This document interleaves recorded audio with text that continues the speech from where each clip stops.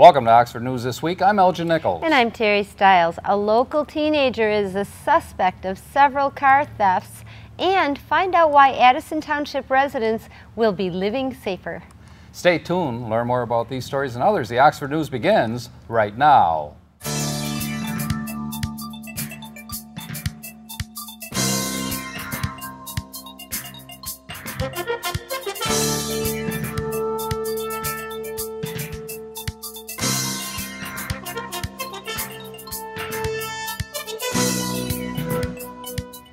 A police chase resulted in the arrest of a 16-year-old Oxford High School student.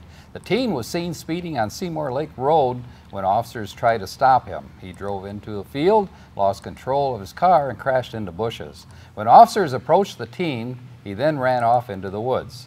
The car the teen was driving was a 2011 Chevy Cruze, stolen from the area near the crash. Several police cars clocked him driving over 90 miles per hour. But recognized the teen and were able to arrest him at his Oxford home.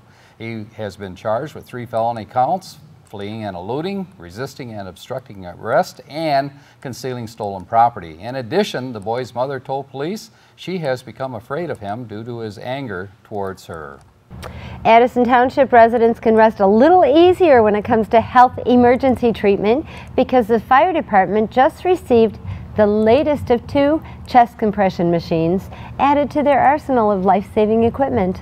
This latest piece of equipment was made possible by a federal grant from the Emergency Management Agency's Assistance to Firefighters Grant Program. Assistant Chief John Beach said it would normally have taken about 5 years to save enough money for this equipment. However, thanks to the grant program, the almost $16,000 compression unit will not cost the fire department nor any of the residents any out-of-pocket expense. Local longtime Oxford Village residents Richard and Twyla Stone recently celebrated 60 years of marriage. They were married September 4th, 1955 in the Oxford United Methodist Church by Reverend Fred Clark. The Stones have 3 children, 6 grandchildren, and 10 great-grandchildren. Richard spent 30 years with General Motors, then went to work for the Oxford Village Department of Public Works in 1986. Along with being an at-home mom, Twyla was an employee of Jacobson's Flowers in Lake Orion for 15 years.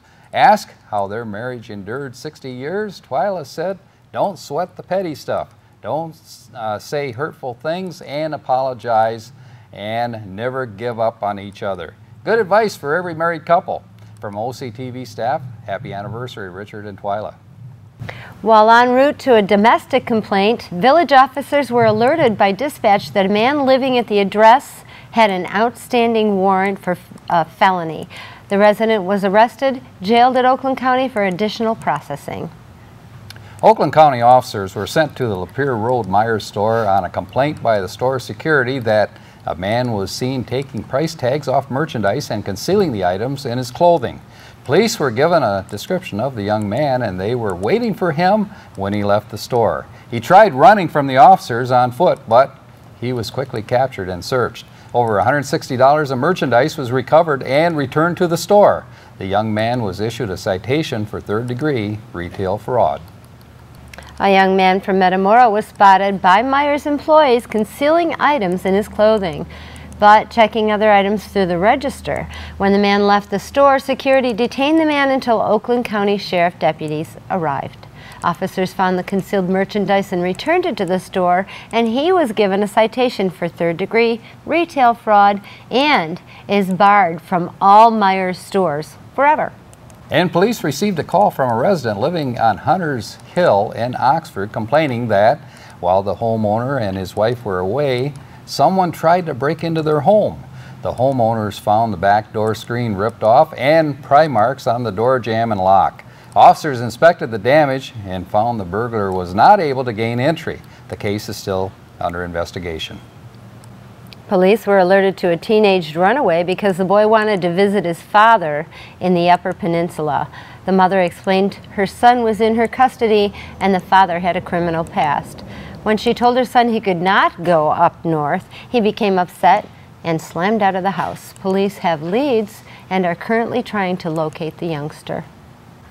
A retail business in Oxford reported to police that a young lady attempted to steal a pair of compression shorts from the store. The attempt was recorded on store security surveillance video, and store security was able to stop and detain the alleged thief until officers arrived. Merchandise was returned to the store, and the girl was issued a ticket for fraud.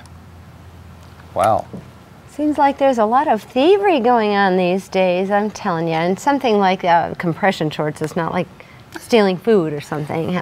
Food is almost acceptable. That could be a really a good necessity. I mean, something you got to have, you know. Compression shorts, I think, for running or something. I don't know. But I don't understand that part of it either. Too bad. It's just too bad that people feel like it's okay to steal other people's stuff, even though it's from a store. That costs all of us, and we've had this conversation before. But right, they should build into this product some way. If you didn't buy it, maybe on your way out the store, you know, it explodes. Explodes or turns into a big or kind of like cloud. bank money. The ink goes all over the place. Or turns into a skunk that follows you home. I have no idea. Between cars and items at the grocery store, it's just really disappointing to see people don't have the ethics that they should. Everybody's our brother, right? Right. Should be. Well, what do you think about the government activities that are going on within this area? Should we talk about Speaking of taking money, or taking things, I don't know. I was listening to your show, Minutes by Minutes, and of course my ears perked up when you talked about the township meeting the other night where Ed Hunwick, who's the board chair for our commission, the cable commission, made a presentation to the township.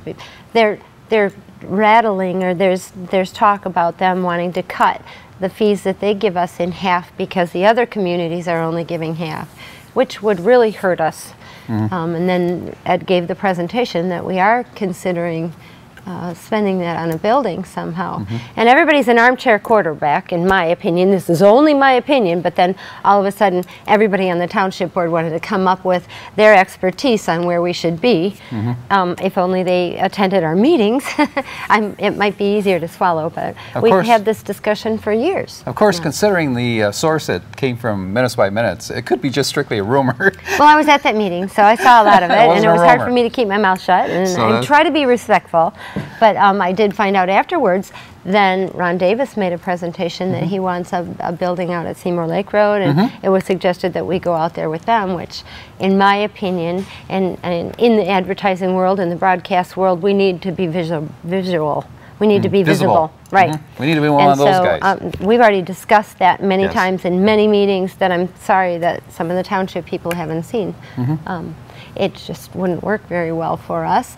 But I have a feeling it has to do with money, and they really want that. They want to keep that half of that 5%, and really that money belongs to not even taxpayers, but the people that actually purchase cable. Well, people and that they say already made the commitment to give us that money in the first place. But anyhow, that's my opinion. I've found that when people say it's not about the money, it is about money. It's exactly about the money. It's about who wants more of it, and in my opinion, we have a very healthy township, and we have a very healthy budget in that township.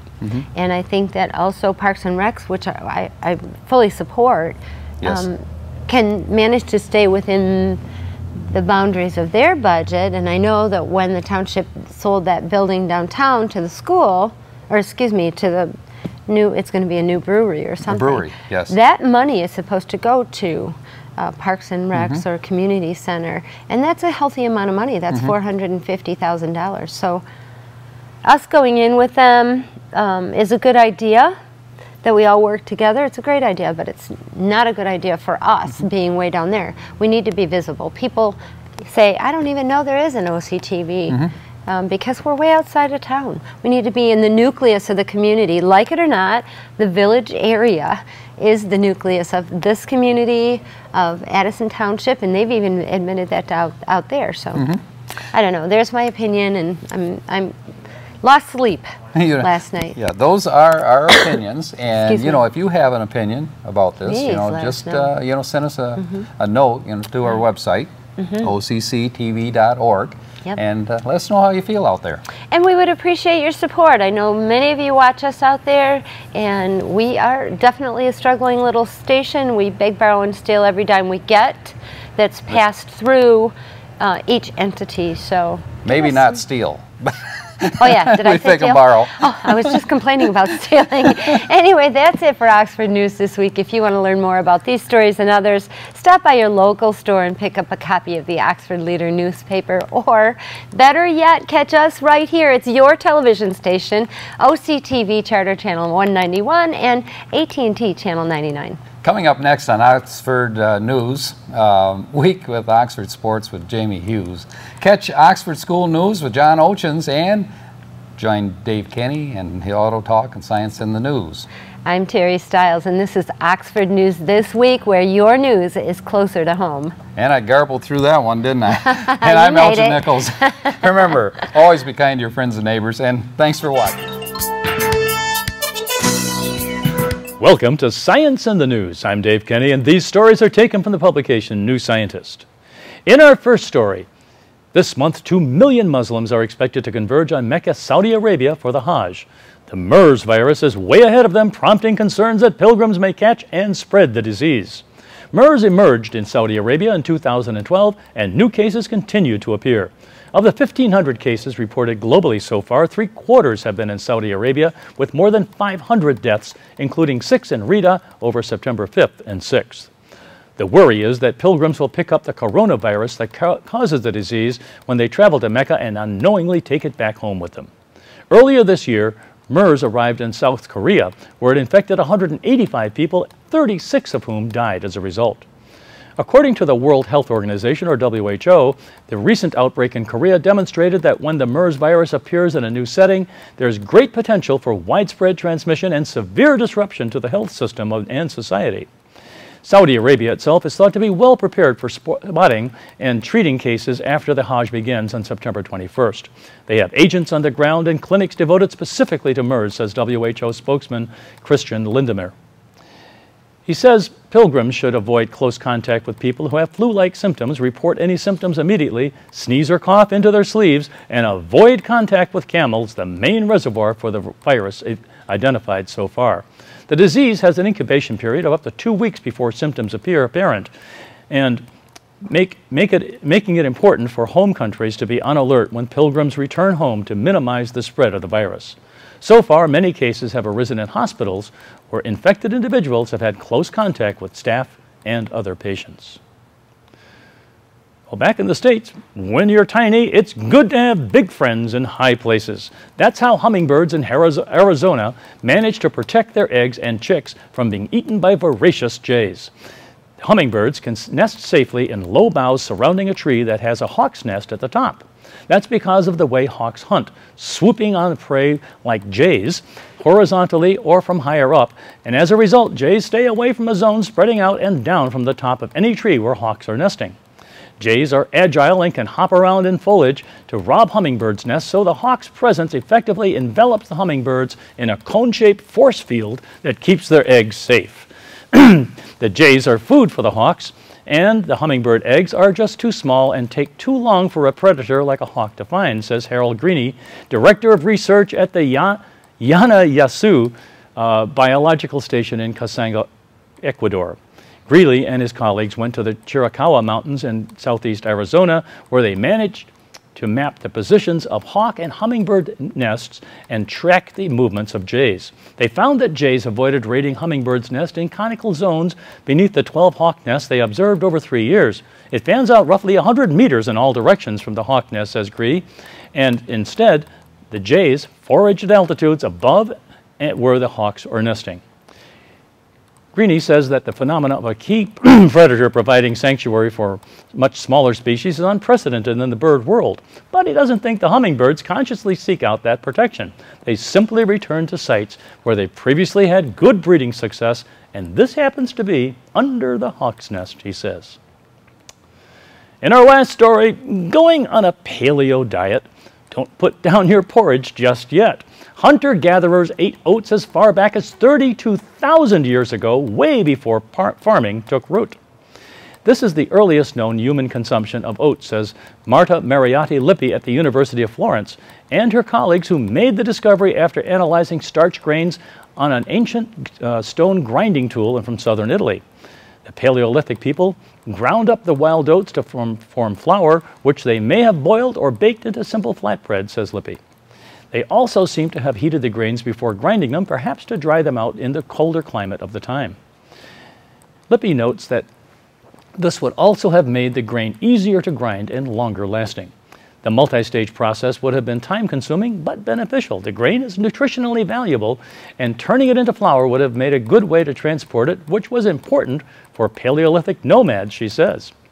To see the benefits of a plant-based diet, you'll only need to know that society has been largely fueled by processed grains for the last 10,000 years, says archaeologist Matt Pope of the University College in London. There is a relationship there to be explored between diet, experimentation with processing plant food, and cultural sophistication. This is another example of the advances made by Europe's Gravettian culture, which produced technology, artwork, and elaborate burial systems during the Upper Paleolithic period, says Eric Trinkas at Washington State University in St. Louis. These people were described 15 years ago as hunters of the Golden Age, and the details of that are still being filled out. Well, that's it for this edition of Science in the News. I'm Dave Kenny. Stay tuned to Oxford Community Television, and we'll be right back. I'm John Ochins, and welcome to the Oxford Wildcats School Update. It was back to the classrooms for our kids last week, including over 90 international students joining our ranks. I sat down with co-directors Chun Chun Tang and Jill Lamont, who filled us in.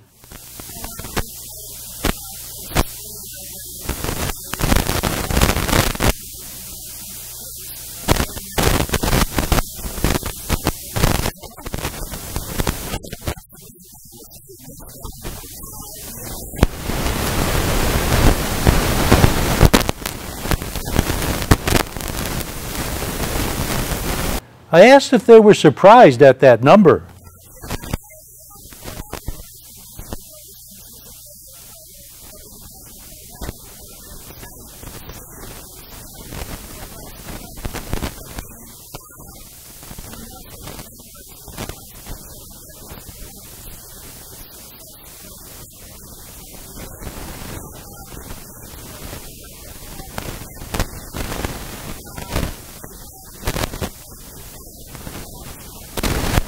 And what amazed these kids the most?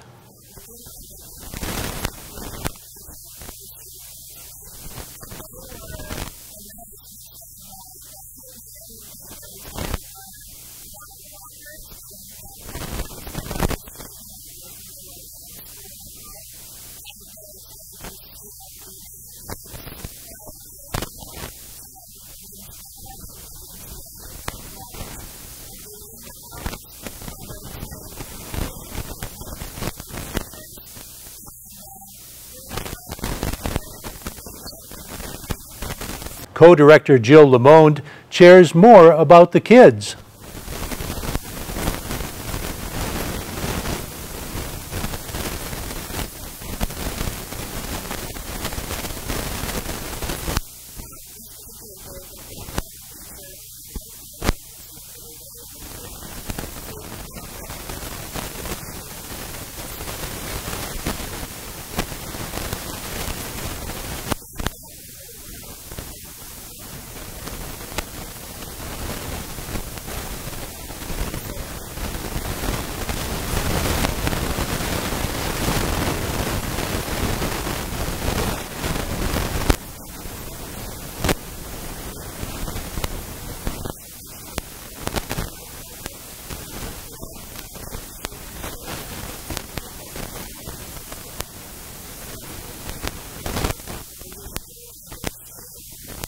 About 20 of them are staying with families.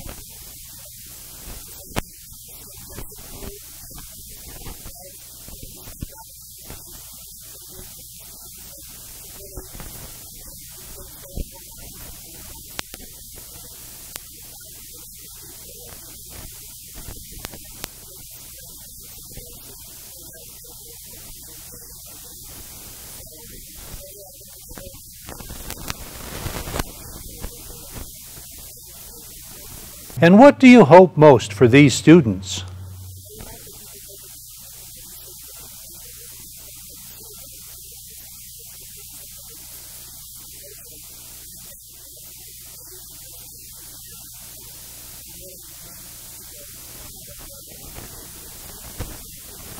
Co-directors of our international program, Chun Chun Tang and Jill Lemonde. Congratulations are in order for Oxford sophomore Madison Pavlicek. Madison has been playing the cello since the 4th grade, and it has paid off. She is invited to play in Europe next summer with the Blue Lake International Youth Symphony Orchestra. Until now, she's played in the middle and high school's honors orchestras, the chamber orchestra, and the Oakland Youth Orchestra. She has also gone to the Blue Lake Fine Arts Camp for the last 5 years. Congratulations, Madison. Way to go. That's the Oxford School News for this week. This is Oxford Community Television, keeping it local. And welcome back to Oxford News this week. Time for sports. Yes, we are back to school and a lot of great things happening. A couple of big defensive plays and a stellar night for running back Wyatt Harden notched Oxford their first win of the season. 21-19, that was over Stony Creek. Harden rushed for 185 yards on 25 carries, scored twice on runs of 23 and 1 yard.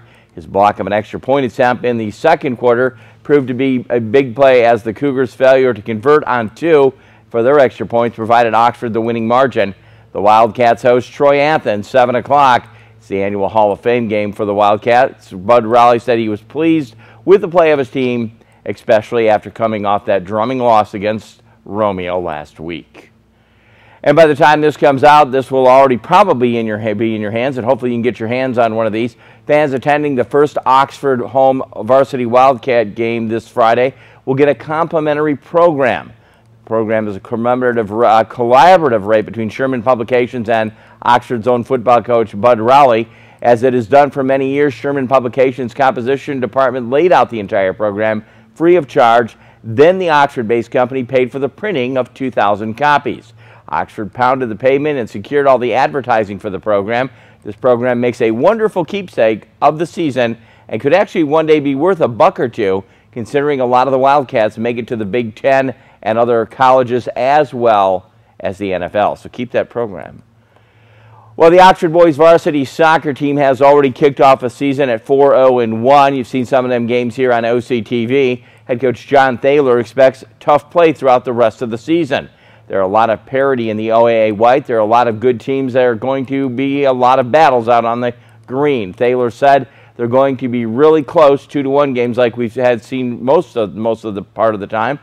Speaking of tough play, Thaler looks at Stony Creek, Rochester Adams, Clarkston as teams to watch and look out for. Stony Creek plays tough teams on the schedule. Same with Clarkston. They always seem to peak at the right time, according to Coach Thaler. Clarkston knocked them out of the state tournament last year. Adams is also tough as well. Again, a pretty tough league for soccer. And John Thaler says they are looking forward to another rematch that's coming up on September 24th. It's our neighbors from the south, the Lake Orion Dragons. Jump into the pool now. Oxford varsity girls swim and dive team took their first plunge into the season away, and they were in Hazel Park when they did that September 3rd. The Wildcats outswam the Vikings. Good stuff here. 149-26. Check out this week's Oxford Leader. You can look at all the results and all their activities that they had in the pool. And we always expect great things on the volleyball court. The Oxford varsity volleyball team improved their record 13-4-2 after beating Walled Lake Western in 3 matches. The girls won the first match 25-8. Match number 2, 3 were 25-13 victories. Top scorers of the game, Marie Mathias, 9 kills. Nicole Elzerman, 6 kills, 3 aces. Grace Wisaki had 6 kills, and Libero Haley Hartwick with 7 digs and 4 aces. Congratulations, ladies. Hopefully you'll catch some of those games on OCTV. Hey, keeping up with your sports scores and all the things going on in the athletic department, you can easily log on their website. Their website right here, oxfordathletics.org. Again, that's oxfordathletics, one word, .org. It gives you schedules, where they're going to be, when they're going to be there. Just a great link if you have an athlete in the Oxford system. Speaking about websites, while you're online, check it out, OCCTV.org. Hit the Programs tab. You can watch on YouTube as well, on demand on your computer, iPad, or phone, wherever you choose to watch all our programs here on OCTV. Not just sports, you can catch meetings as well We urge you to stay tuned, though, on weekends, Saturday and Sunday, 1 to 6, Oxford Sports, right here on OCTV. Again, OCCTV.org is your link to this television station. That's going to wrap it in Sports. Go Wildcats. Have a great day. We'll talk to you next week. I'm Jamie Hughes. Enjoy your week. Welcome to this edition of Auto Talk. I'm Dave Kenny, and these stories are taken from the publication Automotive News. In our first story, the Toyota Prius, a household name that has come to define hybrid cars for nearly 2 decades, was reborn September 8th with the introduction of a bigger, more fuel-efficient model for 2016. Toyota didn't release powertrain details on the redesigned and re-engineered Prius, but the company promised the 2016 version will be lighter, 10% more fuel-efficient than its predecessor, and rare for virtually any hybrid, fun to drive. Fuel efficiency gains resulted from smaller and lighter components in the hybrid system, denser batteries that pack more energy, and a more efficient internal combustion engine, Toyota said. The outgoing 2015 Prius with a 1.8-liter engine is rated at 51 miles per gallon in the city, 48 on the highway, and 50 miles per gallon combined. The 2016 Prius is the first vehicle from Toyota to ride on the company's all-new modular platform that will underpin future models like the Corolla and the Camry. The new platform gives a retooled Prius a lower center of gravity for better handling. The car is also 2.4 inches longer, 0.6 inches wider, and 0.8 inches lower than the Prius before it. The changes mean more occupant and cargo room, Toyota said. The Prius will also feature an all-new rear double suspension and more rigid body to improve ride and driving dynamics. The hatchback profile carries over, but the 2016 version wears aggressively styled sheet metal, especially in the rear, which echoes Toyota's Mirai hydrogen fuel cell car. The newest styling will still distinguish the Prius from anything else on the road. With more than 3.5 million sales since its debut in 1997, the Prius holds a healthy audience. The 4th generation Prius is also among the first Toyota products in the U.S. to come with the optional Toyota Safety Sense system, which packages together safety features such as pre-collision braking with pedestrian avoidance, lane departure warning, and radar cruise control. The new Prius is expected to go on sale at the beginning of next year. And on the retail front, TrueCar gained a key ally with the announcement that it will partner with Sam's Club to offer members access to new car buying program. The auto buying program will allow Sam's Club, a membership-only warehouse division of Walmart Stores Incorporated, to offer targeted savings through TrueCar on specific brands as well as potential savings on future service and repairs. The partnership aims to compete with a similar dealership referral service available through Costco, one the company says led to just under 400,000 new and used car sales in 2014 alone. In addition to TrueCar's claim of an average of $3,000 in savings off the sticker price, at least 12 automakers will offer Sam's Club members specific incentives through TrueCar, though TrueCar declined to specify which automakers offered such discounts or how often.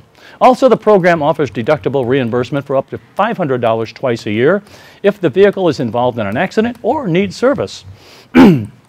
Used car buyers will get 3 days to return their new purchase, and all buyers may get up to $2,000 in reimbursement for repairs. On the recall front, Fiat Chrysler Automobiles says it's conducting a safety recall of an estimated 1.1 million trucks in the U.S. to inspect and service wiring harnesses. An investigation by the company has discovered that certain trucks may have steering wheel wiring harnesses that wear because of contact with a spring, according to the FCA. Such wear may cause a short circuit that may lead to inadvertent driver's side airbag deployment. Yikes. The company said it's aware of 2 related injuries, but no accidents. Well, that's all for this edition of Auto Talk. I'm Dave Kenny, and as always, may the wind be at your back as you cruise down life's highways. Stay tuned to Oxford Community Television, and we'll be right back.